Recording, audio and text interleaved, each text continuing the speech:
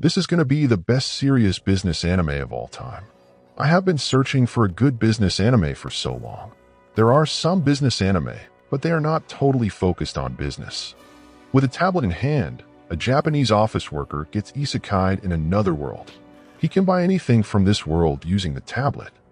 He is going to trade modern goods and make money. He's even going to bring cars and jeeps in isekai world. Then imagine what other thing he is going to bring. This anime has a mature feel to it. It might be just the anime I always search for, a serious business anime. But you cannot believe how he starts his business with. Let me give you a hint. It has bones. He shouts status open. And it opens.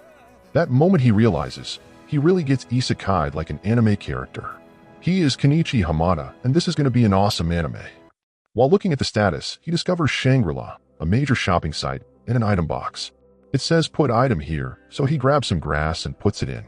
It even has a function for separating dirt. But his first problem arrives in an isekai world. He is hungry, so he just has to buy something from the shopping site, right? No, it requires money. But the problem is, he doesn't have any at all. But he is hungry. While taping around, he discovers appraisal and trade-in opinions.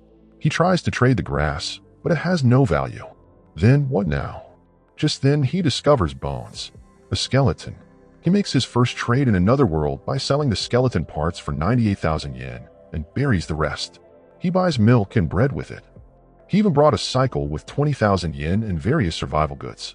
He needs to find a settlement before sunset. He fails to find one. Now he has to camp outside. Camp outside in an isekai world. Here it comes. Pack of wolves. Vicious monsters. He panics. While the wolves are approaching, he is shopping online. Something useful. Gun maybe. In a hurry, he buys some crackers. He uses them. It at least buys some time for him to find a slingshot. He starts firing nonstop. Some hits and some misses, but he keeps firing. His firing speed is astronomical. How can he shoot so fast? After some time, he manages to drive off the wolves and starts paddling at full speed. In the morning, he wakes up at the edge of the forest. After looking, using a ladder and a monocular, he sees a city wall. Now he can earn some money, because he is totally out. While approaching the road, he nearly gets isekai'd again, but gets a lift instead. He introduces himself as Kenichi, a merchant without his goods.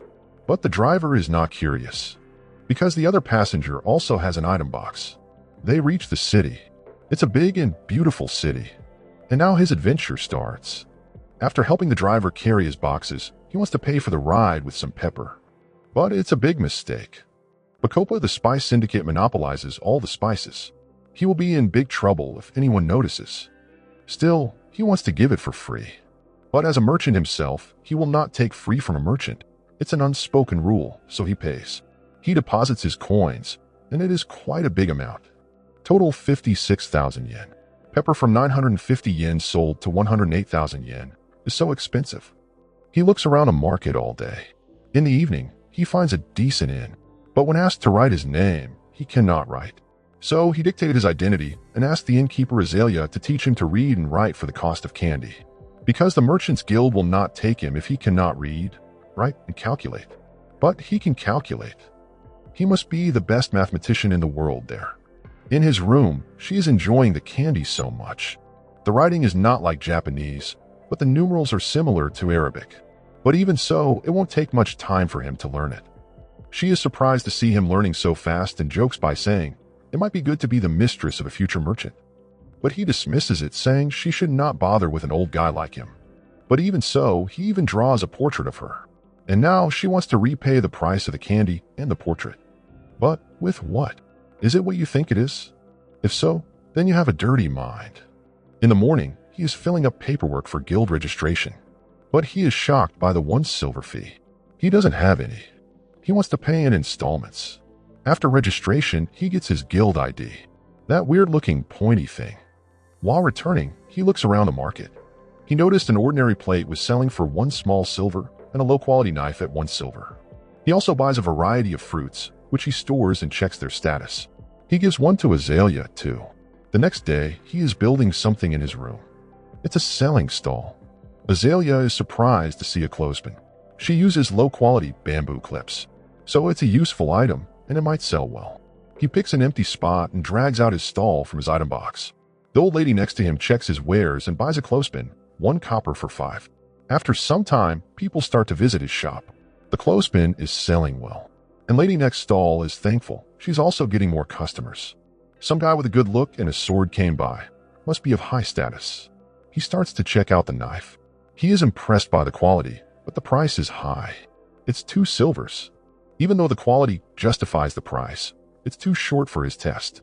He starts looking at Shangri-La. It even has guns and shields. Does no one else can see the interface? He brings out a hunting sword, which costs 48,000 yen. The man is absolutely surprised by the quality. I was thinking he might put low price for the sword. But surprising me, he says the cost is 1 gold coin. It's too expensive, but it's so beautiful. A random girl starts to sniff him. Surprising him, she licks his nose. It's a beastman. He lies about being from a remote village, so he hasn't seen one before. One of them jumps on his stall and grabs the rag from the roof. It's not for sale, but wait, it can be restocked. They want 3 of that, 3 copper each, but he is willing to give them a discount of 1 copper. But then don't have 8 coppers. But they have 2 silvers. When he returns 2 copper excesses, they get suspicious. But the guy from earlier convinces them that it's the correct price. So they agreed and happily left. Turned out the beast folks are bad at counting.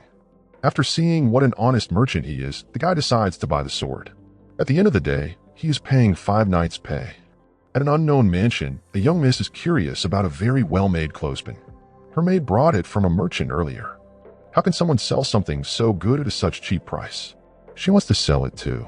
Turned out she is from a merchant family. Meanwhile, he is dreaming of a barrel bath while taking a bath from the well. He is definitely going to get one. While eating, he is looking at the shop for products which will be profitable to sell. He is wondering, is the Shangri-La a scam? How does it work? What does it want for compensation? Will it take his soul maybe? Why is he there in the first place? While he goes to sleep in the forest, a starving kid kills a pigeon to eat. While eating, she is wondering, when will she get to eat to the fullest? Just then someone is searching for her. Is she being chased? If you want to see the rest of the story, subscribe to my channel. But if you like Mystery Detective Show, then check out this video.